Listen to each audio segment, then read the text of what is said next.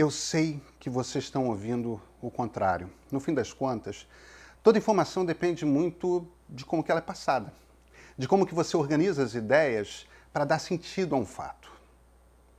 Essa foi uma das semanas mais politicamente tensas em muito tempo.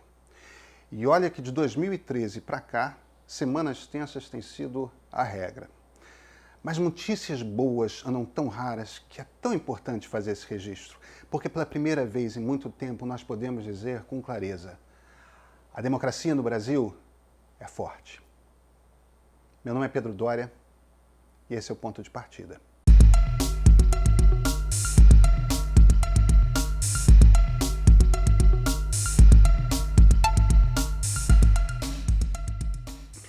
Eu não preciso repetir, vocês acompanharam tudo. O presidente Jair Bolsonaro começou desde o domingo a bancar a demissão do ministro da Saúde, Luiz Henrique Mandetta. E é claro que isso é um problema grande. Que outro chefe de executivo no mundo está condenando a quarentena contra o coronavírus? Nenhum. Sim, alguns hesitaram no primeiro momento, e dá para citar Giuseppe Conte na Itália, Boris Johnson no Reino Unido, Donald Trump nos Estados Unidos. Hesitaram no início. Quando os números começaram a bater a porta, nem os populistas ignoraram o tamanho do problema. Bolsonaro está sozinho, ele está isolado até mesmo entre os ministros dele. O que tem de ser feito é óbvio, ficar em casa. Ficar em casa. Mas Bolsonaro não se conformava. Como ele botou na cabeça que o futuro do seu governo depende essencialmente da economia, e só disso, turrão como ele é, entrou em pânico. Decidiu achar o quê? É difícil afirmar que alguns idosos morrendo 1 ou 2 anos antes tudo bem, que dezenas de milhares de mortes que não aconteceriam são normais, que centenas de milhares. É melhor nem avançar nesses números, melhor nem especular sobre exatamente o que foi que ele pensou ou decidiu. A lógica por trás é terrível, é desumana. Os bons leitores de jornais, atentos àquelas colunas que trazem notas com os detalhes dos bastidores, dirão logo quem que mudou a opinião do presidente. Uns falarão que foi o ex-comandante do Exército, general Eduardo Vilas Boas. Outros dirão que foi o ministro da Casa Civil, general Walter Braga Neto. Alguns ainda sugerem o general Augusto Heleno. E piada na internet sobre os generais mandando no capitão não faltam. As piadas são normais.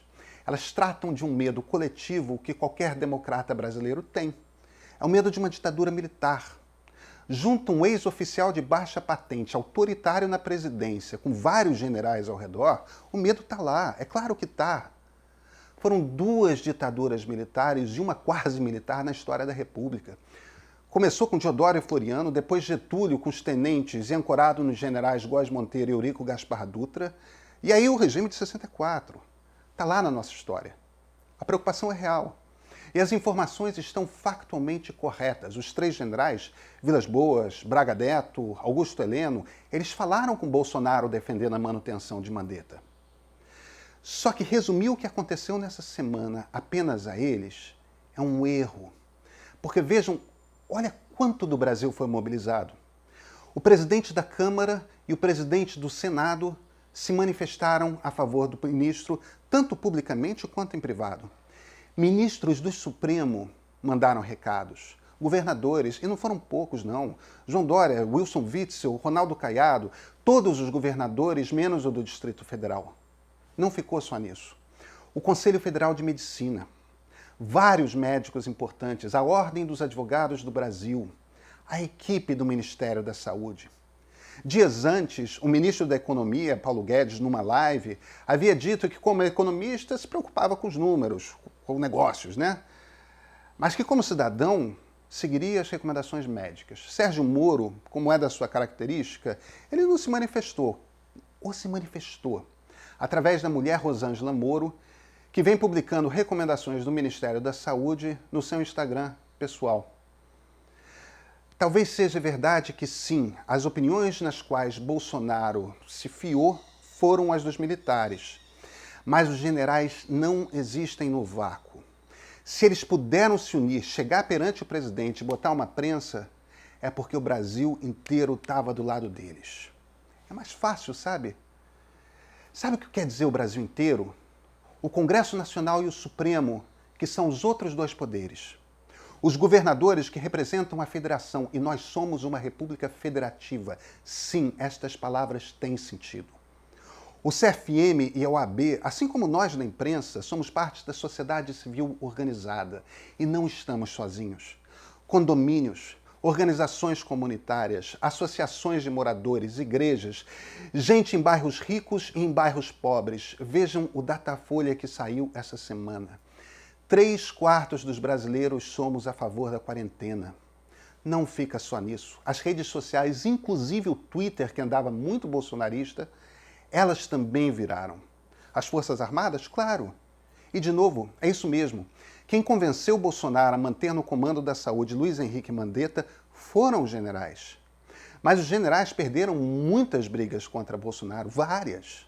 O general com a mais relevante carreira militar dessa atual geração, que é o Carlos Alberto dos Santos Cruz, foi condecorado pela ONU por sua liderança de capacetes azuis durante uma guerra civil. Ele foi demitido por Bolsonaro porque o filho 02 pediu. Sabe o que quer dizer tudo isso? Não foram os generais. Foram os generais também. E as instituições da República, a sociedade civil organizada e o povo. A democracia brasileira funcionou para manter a quarentena. Ainda vai ser muito difícil daqui para frente. Vai morrer uma quantidade absurda de pessoas. Todos nós temos gente por quem devemos sentir medo. Este não é um momento fácil. Não é só isso. O presidente continua autoritário e ele está mordido. Nada disso é bom. Mas guardem dessa semana uma mensagem. A democracia brasileira está viva. Sabe por que vocês devem guardar isso? Porque momentos de tensão como esse na história já vivemos muito. Em todos eles, a democracia não resistiu. Agora é diferente. Espera, por favor. Aqui no meio, a gente precisa de vocês. A economia apertou. Nosso trabalho é levar a informação a quem precisa. E esse é um momento no qual a informação é muito necessária. Precisamos mesmo dessa ajuda. Assine o meio. O endereço está aqui embaixo. Não é caro. Com R$100 a assinatura anual, mas também dá para fazer por R$10 todo mês. Se você acompanha apenas o ponto de partida, também há uma modalidade de graça de assinatura. Vai lá no site. A assinatura gratuita vale uma newsletter que circula de segunda a sexta-feira, chega na sua caixa de e-mail, são 8 minutos de leitura e tem ali o essencial das informações que você precisa ter durante o dia. Recomende o meio. Na assinatura paga, na assinatura gratuita também. Estimule as pessoas. Todos devem se informar. Nesse momento, vale a vida. Muito obrigado.